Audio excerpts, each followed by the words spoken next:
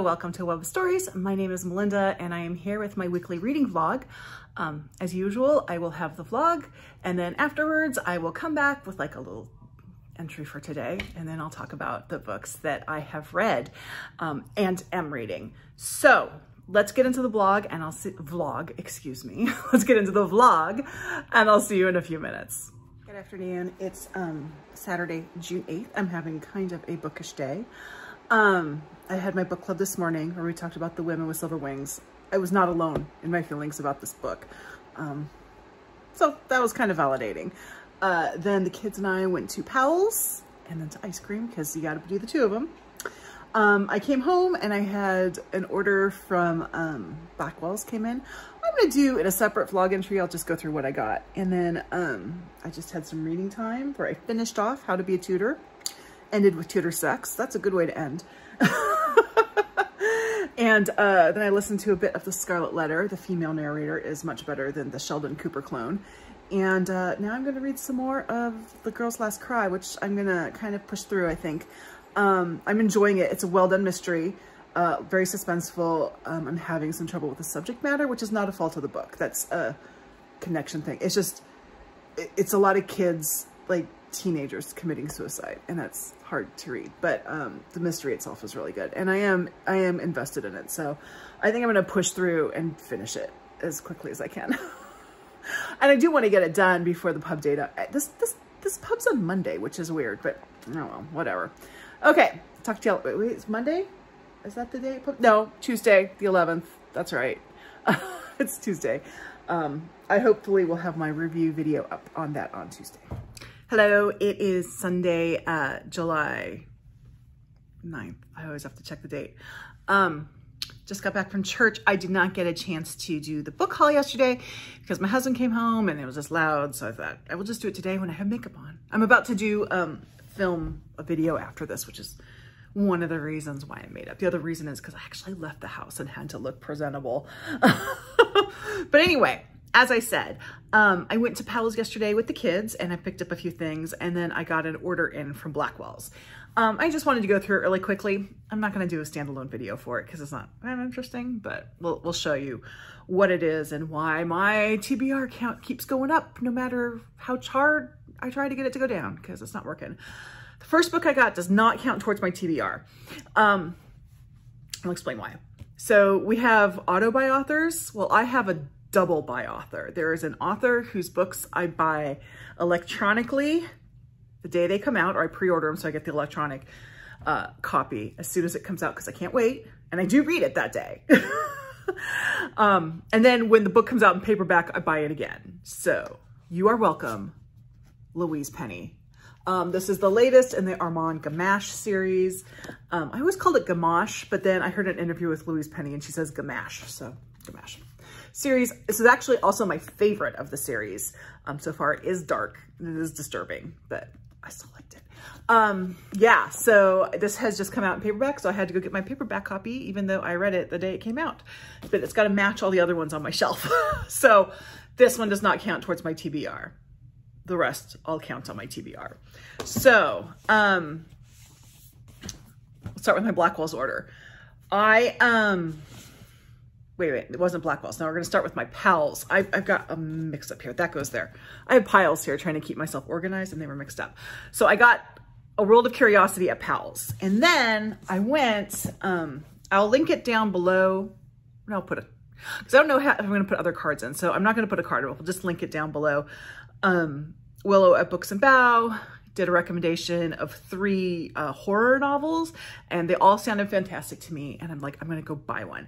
And I didn't know which one I was going to buy, but Powell's made it easy because they only had one.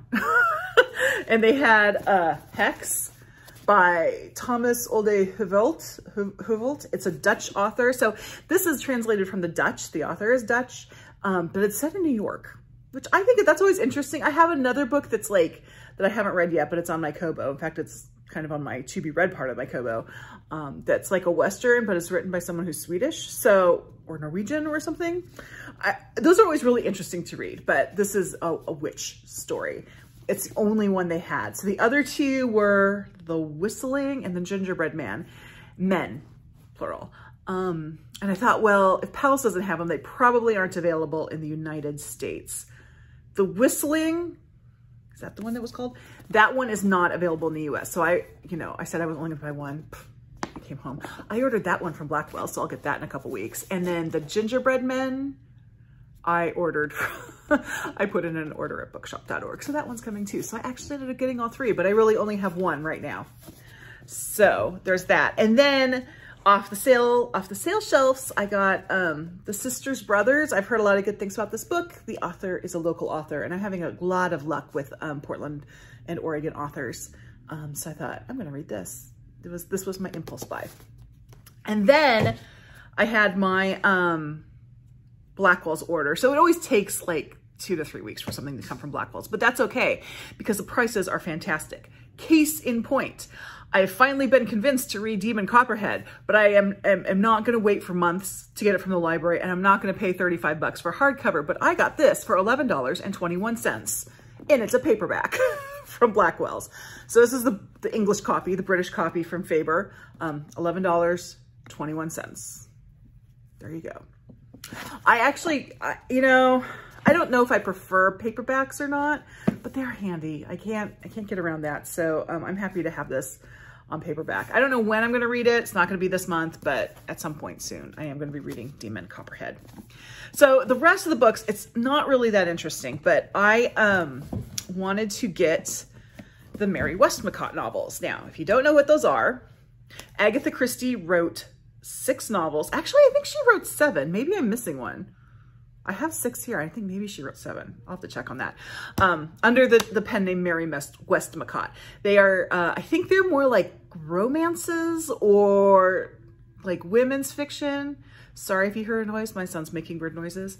But they aren't mysteries. But she wrote them under this name Mary Westmacott. And so I got all of those. At least the 6 that I found. So I have The Rose and the Yew Tree, Absent in the Spring, The Burden. Now these are all like 1 edition, so they're smaller. They're almost like mass market paperbacks. They're a little bit bigger. That's what it is. They look nice though. And then in a more trade paperback version, I have Unfinished Portrait, A Daughter's Daughter, and Giant's Bread. There might be another one. I'll have to check and see. I might be missing one. That'll just mean I have to do another Blackwell's order.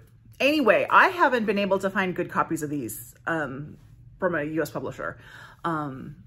So I mean, I had used copies that I'd gotten from thrift books. They weren't in super great condition and the pages are starting to yellow, so I knew I'd have trouble reading them. So I thought, you know what, I'm just gonna get nice ones so they'll look nice on my shelf, because these are books I do intend to keep. And so there you go. That's what I got. Wasn't that exciting, but I shared it with you anyway. Yeah, my TBR is bigger. So much. I don't think I'm going to meet that goal. I just don't.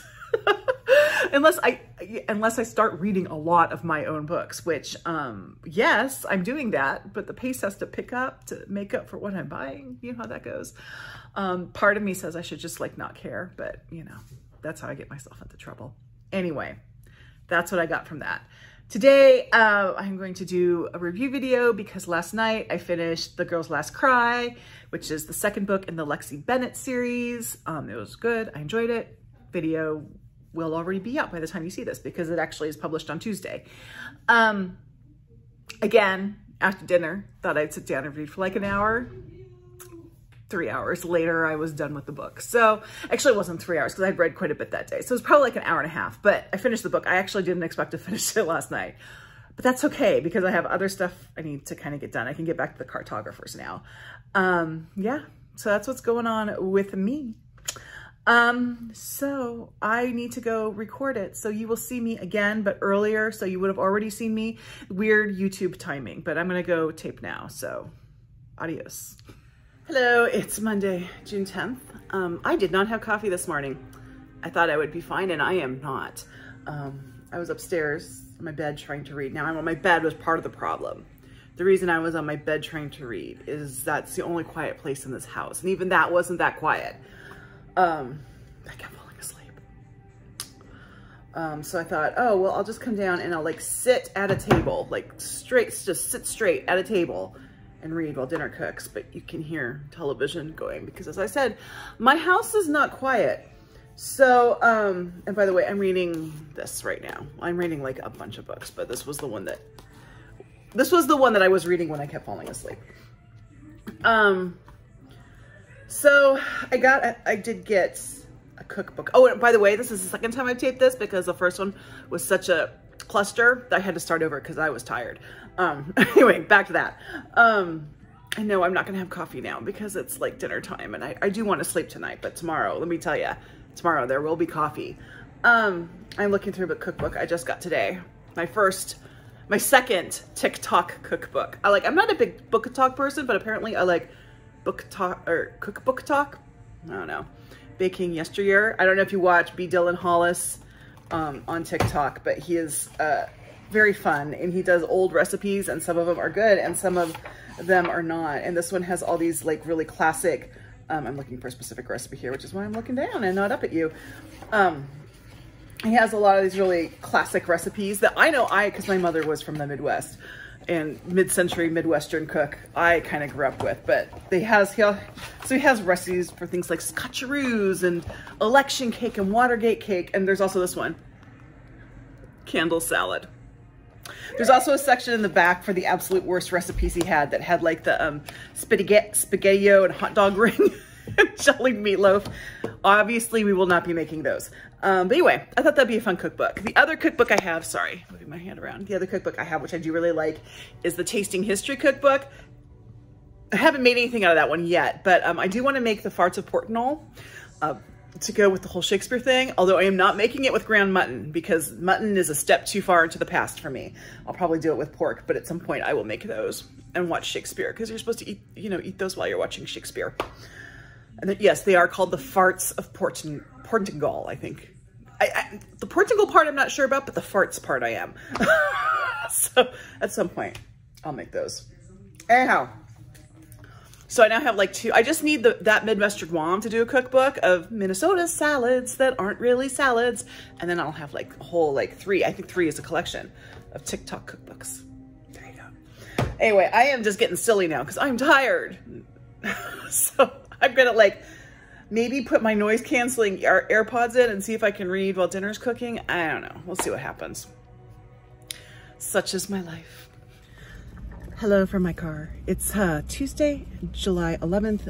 I don't have my glasses on right now because I just took my sunglasses off. I drove my friend to the grocery store. She doesn't have a car, so I'm just waiting for her, and I thought I'd do a quick video. Considering the vlog that I recorded earlier, I accidentally deleted. I could go find it in my trash, but I'm not that motivated. Anyway, I am having more caffeine today, so I should be more coherent. My big job today is to take the cat to the vet. I've already given her drugs, so she's kind of lying still on the floor. The only part of her body she can move at the moment is her tail, which she is letting me know her displeasure, but oh well. So as soon as my friend comes back, I'll take her home, then run home and probably scarf down some lunch and then bundle up the cat and take her to the vet. And then I've just planned to read this afternoon because I kept falling asleep when I was reading yesterday because I was so tired. Anyway, I did bring a book to read while my friend is in the grocery store. It's a NetGalley ARC, California Golden. It's a surf story. The main character's name is Mindy, and growing up I was called Mindy, so that is fun. I still have friends who call me Mindy, even though I go by Melinda. Like, we're not going to change. My family still does. My husband calls me Melinda, but my family of origin still calls me Mindy. Anyway, it's a beautiful day. I'm very glad that it's not too hot because I'm sitting here. I don't want to idle the car and run the air conditioning, so I just have the windows open. But I am going to end this before people start staring at me and wonder why I'm talking into my phone.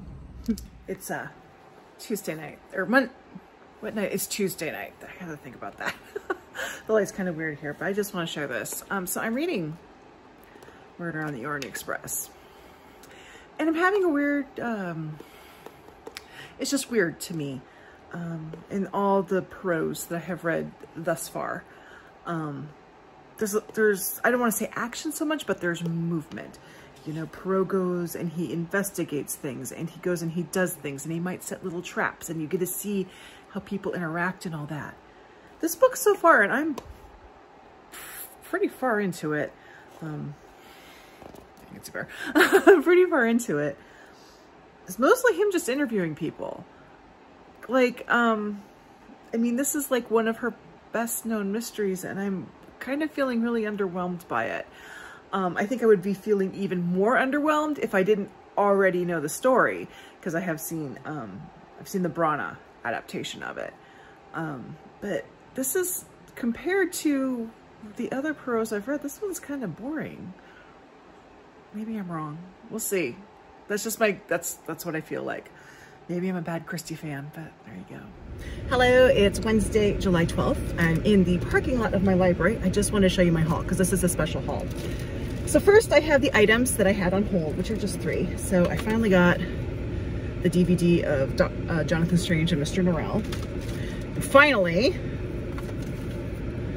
One Flew Over the Cuckoo's Nest. And then the next book for my library book club. Let's put a pin in the library book club thing. So library book club, disability. And then I stopped by their used bookstore. I'm sorry, doing this all with one hand. And I found this, so add that. Now, my library book club, back to thinking about disability. It's run through the library, and they have a budget every year to buy things like refreshments and stuff for the book club. However, once we came out of COVID, our book group decided to stay on Zoom. We have some members who have some mobility issues. It's just easier that way. I'm perfectly fine with it being on Zoom. So they took the money that they had for refreshments and they made us little gift bags. There's like tea in here, and there's recipes, and there's chocolates. I'm really excited to see what's in here, and I am not sharing any of it with my kids. So yeah, it's world travel themed. Is that so sweet of them? Anyway, that was really cool and very nice of them. I love that book club. So yeah, this is the next book for that book club. So anyway, that's my library haul. Good morning. It's Thursday, July 13th. The kitty cat is out here just waiting for my coffee to start. I finished 2 books yesterday. The first one I finished was Murder on the Orient Express, and I said something about it in an earlier vlog, and I'll talk more about the book in my wrap up. But after I finished that, I watched the David Suchet Perot adaptation of it, which is like, he's fantastic Perot. He's the perfect Perot, and that was a great adaptation with some big names. It had like Jessica Chastain in it, and Toby Stephens and Lord Grantham and Barbara Hershey. And I was with it till the end, where there's this big, huge dramatic scene where Perot like loses his poop and screams at everybody, and then like he's sobbing at the end. It was very weird. I'll just say the ending of the book is not that emotional. Let's just say that. I thought that was very strange. The other adaptation, which I've seen, which I saw a while ago, was the Brana. And I know people have issues with the Brana ones. I just kind of accept it for what it is. It's just Kenneth Branagh being Kenneth Branagh, and I enjoy it for that. I might watch that one again with the kids. They haven't seen that, but they have seen Death on the Nile. And the other book I finished was Foster by Claire Keegan, which I knew was short. I did not know was that short. Like, I finished it just reading before bed last night. Started and finished it. I guess technically it's a novella. I wouldn't even call it a novella. I'd call it a short story. It is that short. But that aside, I will say it is a really beautiful story, and I really enjoyed it. So for those of you who are in parts of the country that are really, really hot, I hope you stay cool. We aren't getting the heat right yet, but I think this weekend we're supposed to get it. We have air conditioning, so at home it's not a huge issue, but on Saturday we are going to someone from our church. She's throwing a 90th birthday party for her husband, and it's outside. It's like 1 to 5 in the afternoon, and we kind of have to be there the whole time because she hired my daughter to be kind of like the bus girl for it and pick up dishes and stuff, so we have to kind of be there the whole time. So hopefully there's shade. I mean, he's 90 years old. Can't be outside in the heat that long. Oh well. Actually, this guy used to be a pilot. He was telling me stories. Like, he used to fly, he was like a private jet pilot, and he flew like Paul and Linda McCartney, and he flew the Rajneeshis out of Oregon in the 80s, if you know that whole mess that happened in the 80s. So yeah, he had some pretty wild stories. Anyway, and then go back. I have some computer stuff to do and trying to catch up on videos. I'm getting closer, but I'm still really behind. So if you start getting comments from me from videos for like 2 weeks, just know I'm trying to catch up. I'm like watching a few recent ones and then going back and watching some old ones and then kind of ping-ponging between the two in my watch later queue. So that's what's going on. I look a hot mess. Let me tell you, I feel a hot mess. It's hot here. It's still Thursday, but I wanted to share something with you that I forgot to share with you when I went through the gift bag that I got for my book club. They gave us recipes that match the books we read, and I just want to tell you what they were. The first one is salmon cakes with homemade tartar sauce, and this is inspired by two old women. I probably won't make this because salmon cakes are not something I like. However, my husband does. So this is actually something he might make. And then we have arroz con leche. And this is from In the Time of Butterflies. And it was made by Romantic Teresa for the Day of Lovers, which is Valentine's Day. This is basically like a rice pudding, which sounds delicious. So I would definitely make that. And then for Cutting for Stone from Ethiopia, we have lentil sambusas. I don't know what these are, but my husband loves lentils. So this might be something that I make. I don't know. We'll see. I have to look better at the directions and see how flavor intensive it is. Okay, next from Nigeria, which was The Death of Vivek Oji. It's jollof rice. Is that how you say that? I don't know. This might be something that I would make. I'm not sure. It calls for a Scotch bonnet or a habanero, so it's probably pretty spicy, which means my daughter would love it. My son wouldn't. I don't know. That could be interesting. And then from Everything Here is Beautiful, this is Lucia's favorite dish, and that's 5 spice ribs. I would definitely make this. In fact, I think I have, other than like the ribs, I think I have almost all the ingredients. I might try this one sometime soon. 5 spice ribs. And then this one's from Ukraine, and it's the Blackbird Girls. And this is a dish that the 2 girls make when they stay with one of their grandmothers. It's called, I think it's called pelmeni. It looks like a Ukrainian, maybe like a Ukrainian ravioli or something like that. It looks good. It just looks very labor intensive, and I'm lazy, so I don't know how likely it is I will make that. And then from The Murmur of Bees, this is kaheta, which looks like some kind of like honey pudding or honey cake or something, like flan. Flan. It's probably flan. I don't know. But it calls for goat's milk, which I can get. I've never cooked with goat's milk before. And then finally, from my favorite book, Mink River, it is salmonberry. I cannot speak. Salmonberry fridge jam. Now, salmonberries are not something I have ever seen in the store, although they do grow around here, especially in the coastal range.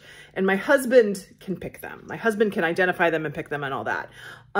There is like a frou-frou, expensive Whole Foods. It is not Whole Foods. We have a Whole Foods, but this is kind of like, it's like one step down from Whole Foods, called New Seasons. And they sometimes have berries. They might once in a while have salmon berries. I'm not sure, but the ingredients are salmon berries and sugar and maybe pectin. So I could definitely make this if I had salmon berries, which means I would probably have to go pick them, or send my kids out to pick them. Then we go to the beach, make them earn their keep, but I would totally make this. Anyway, so I thought that was really cool. I just wanted to share that with you all. And I am like sweaty hot. It's like 90 degrees here. Oh, man, I'm not built for this climate change. I'm just not. Okay, I'm gonna go sweat some more. Bye. So welcome back. I am making a concerted effort to look at the lens and not at the screen. So I always look like I'm kind of looking off. So we'll see how this goes. So that was my week. One thing I forgot to mention was yesterday. Yesterday. Was it yesterday or the day before? I think it was yesterday. I'm sorry. My brain is kind of gone.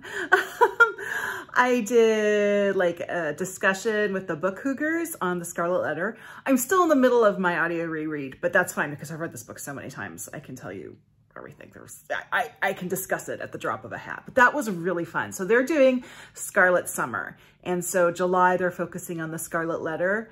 In August, they're focusing on Hester. And I forgot the author of that book. It's I think it's a debut novel.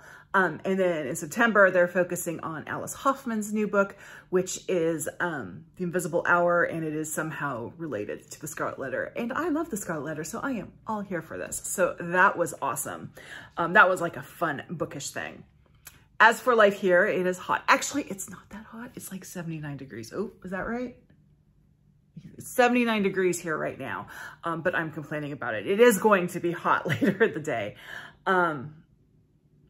Those of you like my husband who doesn't believe in climate change, I don't know.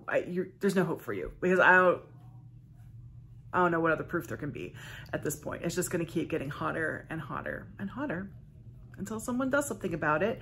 Hopefully it's not too late. It might already be too late. Who knows? Let's see what else. Tomorrow I have a birthday party. I think I mentioned in the vlog. My daughter is working it, so we have to be there the whole time, which is fine. It's just gonna be hot. So nothing big coming up this weekend. Either next week or the week after that, I have some fun stuff, but I'll get into that as we get to it. So let me tell you about what I read this week. I finished 5 books. So the first one was The Girl's Last Cry, which is number 2 in the Lexi Bennett series. Sorry, my computer's on. You'll hear Discord little beeps. And I did a video review of that. It is up there or wherever it shows up. So you can just watch that. But I gave that book an A. I enjoyed it. The next book I finished was How to Be a Tudor. I think I gave this one a B+. It's by Ruth Goodman. She is a historian. She's also been on television where they do these shows where they live like in that period. Like she did one where she worked on a Tudor farm.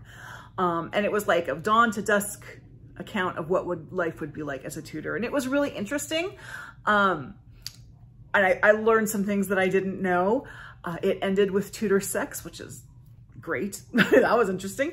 She does get into the weeds like now and then. Like every once in a while she'll get like too into a detail and you're like, okay, my mind is shutting off now. We need to move on to something else.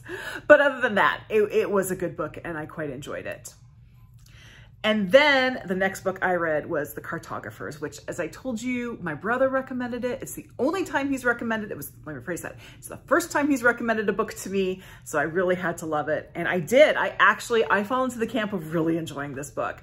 I know people are hot or cold, or if you're Angelia, you are lukewarm. But she's the only person I've met who is lukewarm on this book.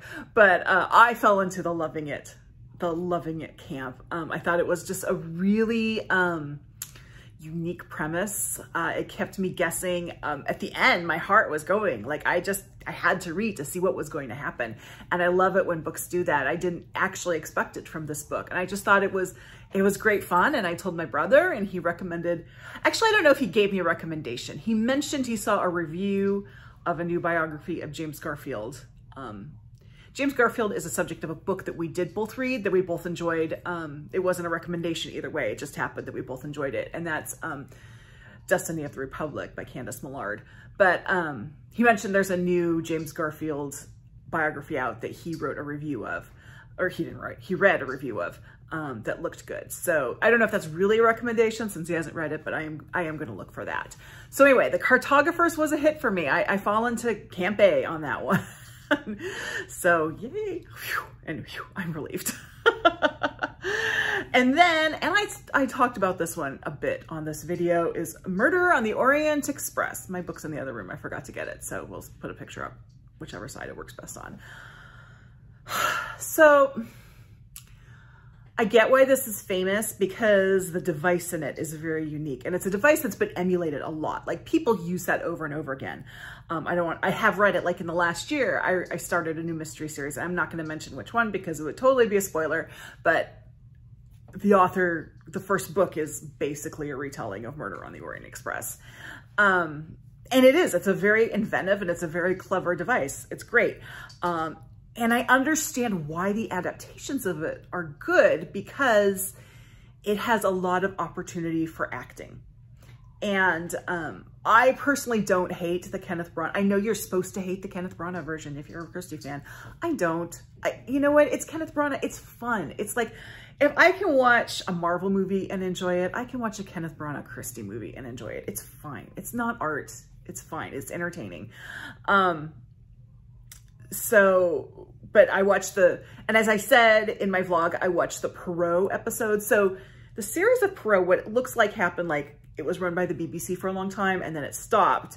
But then an American company, it was either like A&E or like Bravo or something, like took it up. So the last couple seasons are the American episodes, like they're produced by an American company, and the production value is a lot higher on them and they're a little darker. And so this is one of the later ones. They also tend to have bigger names in it. I think if you watch the Death in the Nile episode, Emily Blunt plays Lynette. And in this one, Jessica Chastain played Mary Demmingham, that one. And it had Barbara Hershey and Toby Stevens. And it had the guy who's Hugh Bonneville, that's his name, Lord Grantham. And so it has some names in it you would at least now you recognize. I don't know how recognized they would have been. I think it came out in like 2010 or 2012 or something. But although that's not that long before Downton Abbey. I don't know. Anyway, higher production value. And that's actually a really good adaptation up until the end. So the thing about Poirot in the books is Poirot does have a sense of mercy. There are times when he's like, I'm just going to put this, you know, whatever. I'm going to do whatever because I take mercy on this person. I understand why they did it, whatever. That's something that Poirot would do. Now, Miss Marple would not, but Poirot would do that. And in this production, at the end, he's basically asked kind of, I'm trying to speak vaguely just in case you don't know what happens in Murder of the Orient Express. This is very vague. Basically asked to show some mercy, and he throws this huge, gigantic hissy fit, which is so completely out of the character of Poirot. Now, David Suchet does it excellently. I mean, the acting is amazing, and but it just, as far as the Poirot that you read in the books, that's totally out of character. So I was kind of miffed by that. But whatever. It was still, I'm glad I watched it. But the book, back to the book of Murder of the Orient Express, it's actually a boring book because it's like the murder happens and there's people on a train and you know it's a locked room mystery. So you know it's someone on the train who did it. And so it's just Poirot interviewing everybody. That's pretty much what the book is. And it's really boring to read. However, there's lots of opportunities to make it interesting to watch. I don't know if it was like when they started adapting it into movies, if that's what made it popular or if it was popular when it was released in, I think, 1934. But I'm kind of surprised when you think about like the big names in the Agatha Christie mysteries, just based on the books. I'm a little bit surprised that Murder on the Orient Express is in that, other than the device. The device is fantastic, but the actual book is kind of boring. There you go. So the next book I finished was Foster by Claire Keegan. People have been reading this all over BookTube. I don't think I can add anything to it. It's beautifully written. It's also incredibly short. I did know it was short. I had the ebook out from the library, and so it said, according to my Kobo, it had 165 pages. That's based on font size. So I thought, okay, whatever. I'll read some of it tonight and some of it tomorrow. I put those in quotes because I actually read it over midnight. So on my chart, it looks like it took me 2 days to read, but I read it in one sitting. So I'm reading it and it ends. And I'm like, there's still pages left according to my Kobo because there's like a, you know, little sneak preview of the next book at the end. I was completely shocked when that book ended. I don't even think that's considered a novella. I think that's a short story, honestly. It is really short, which means you really don't have an excuse not to read it because it's very quick and it's worth it. It's so well written and the voice is so clear on it. I mean, reading it, I read it in my mind with an Irish accent, but it's just a sweet, bittersweet, beautiful story. So I highly recommend Foster by Claire Keegan if you're one of the few people who have not read it yet. So what I am currently reading now, too many books yet again. So much for trying to cut down on those, but that's life. But we'll go through them. Go through my print books. First, I have the next Ruth Galloway book by Elly Griffiths. I'm not very far in this because I started reading it yesterday when my husband was out at a doctor's appointment. And then he called to tell me that he was lost trying to get home and then he wouldn't get off the phone. So I ran out of time to read it. So I didn't get that much done in that one, but I love this series. As I said, this was a book. I was going to donate the paper copy because I had expected just to read the EPUB copy, but I put it in a pile to donate and never donated it. So I just pulled it out of the pile to read. So we have that one. And then I have, and this one I've been working on for a while and will continue to work on for a while, The Old Drift by Namwali Serpell. So this is a Zambian, the author is Zambian, and it's set in Zambia. And Zambia. Zambia is my country for Women's World Cup readathon, my first country. Pretty sure it's not going to be my last, let's just say. When I told my husband about the Women's World Cup readathon and how it worked and that my country was Zambia, he just laughed and said, you better have more books. You're going to read a lot of books for this. So yeah, anyway, this is really, I'm enjoying this so far. I'm a little perplexed because this is, I think it's like, people say it's like fantasy or science fiction. I don't get that. To me, this is historical fiction. There's nothing in this book that would, nothing in this book so far. That's how far I am. This is the beginning, so I'm that far. There, that's a better view. And it's so far to indicate that it's anything more than historical fiction. So we'll see. I've got it tabbed up, so I'm just reading a bit a day. And I'll have it done. I won't have it done by the time Zambia first plays in the World Cup, but I'll have it done in July. And then I'm still reading this because I'm reading it in chunks and I just haven't had time to sit down and read it lately. But Shubeik, Lubeik, or however this is pronounced, I'm sorry. But it's good. I'm enjoying it. I just need to, I think I have 2 sections left. I just need to sit down and finish it, which I will definitely do before next Wednesday because it's due back at the library. So there you go.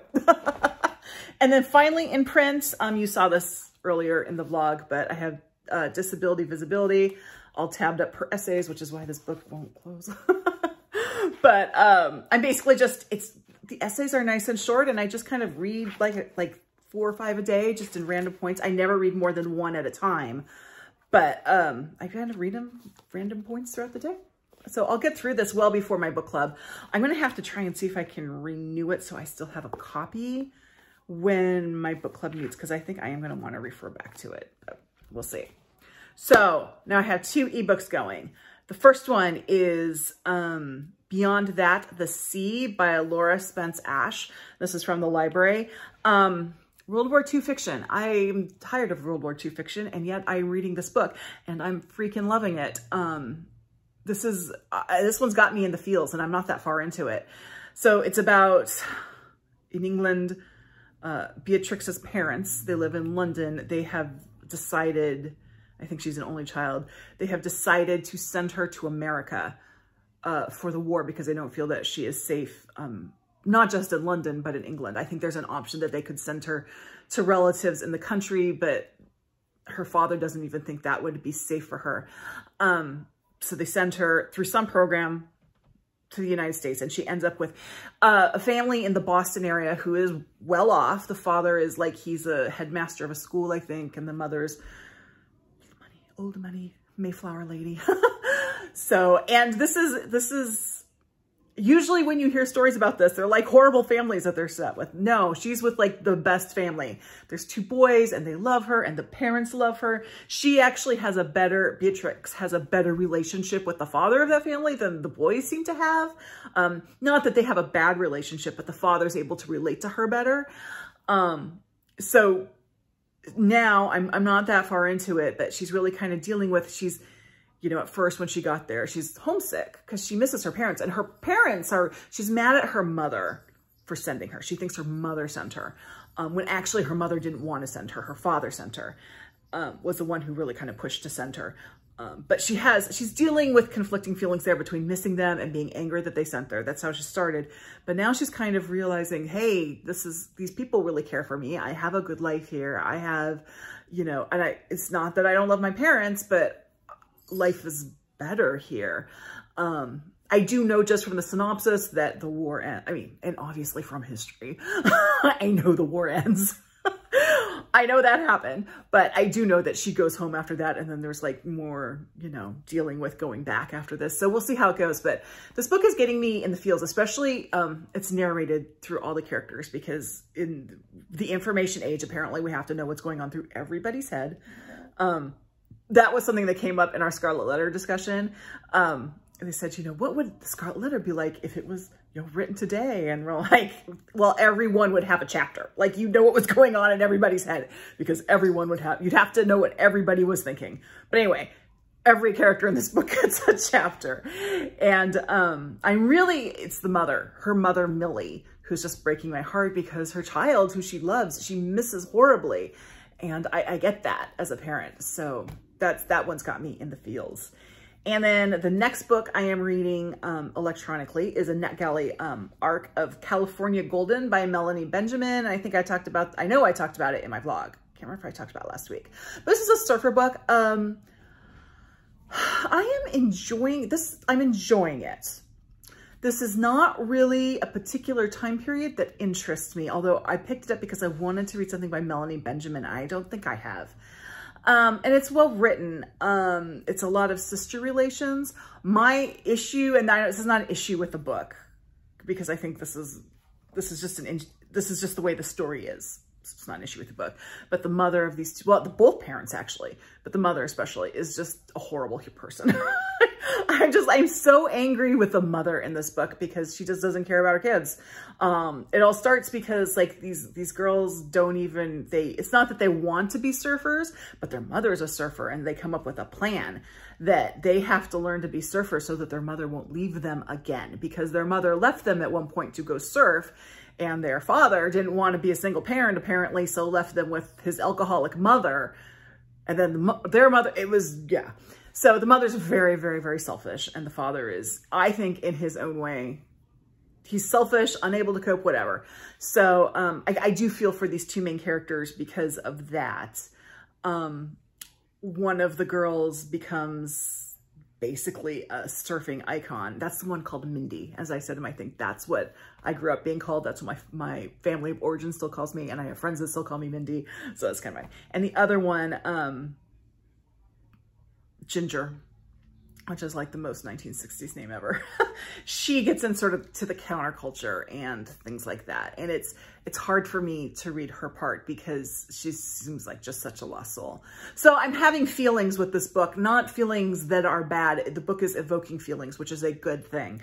So we'll see how it goes. I am only like a third of the way into it. I'm only reading basically a chapter a day. It doesn't come out till August, so I have time to just kind of read it casually before I have to have the video and the review and everything like that. And then finally, my audiobook, which is I am still listening to The Scarlet Letter. I have the Duke Classics audiobook. And as I said before, if you ever get The Scarlet Letter, there's a chunk at the beginning called The Customs House. Unless you really want to get into like thinking about all the themes and thinking about it academically or whatever, just skip that. Just skip that. But because it's basically about fictional Nathaniel Hawthorne fictionally finding the Scarlet Letter in a box at the Customs House. You don't need to read it. You can just start with, I think it's called The Prison Door is the first chapter. But the Customs House, the narrator of it, whose name I can't remember, I'm sorry, but there's something that he has something with his accent, and all I can think of is Sheldon Cooper. So that was weird. But the female narrator who narrates the book proper is very good. So I would, if you're gonna listen to The Scarlet Letter, I think even if you hated The Scarlet Letter, I would recommend giving it a second try and think of it as a horror novel. Go into it and think of it as a horror novel. And because in many ways it is very much a horror novel. It has a demon child, it has dark forces, it has all that. Go into it like that. Listen to an audio version of it. It works well on audio.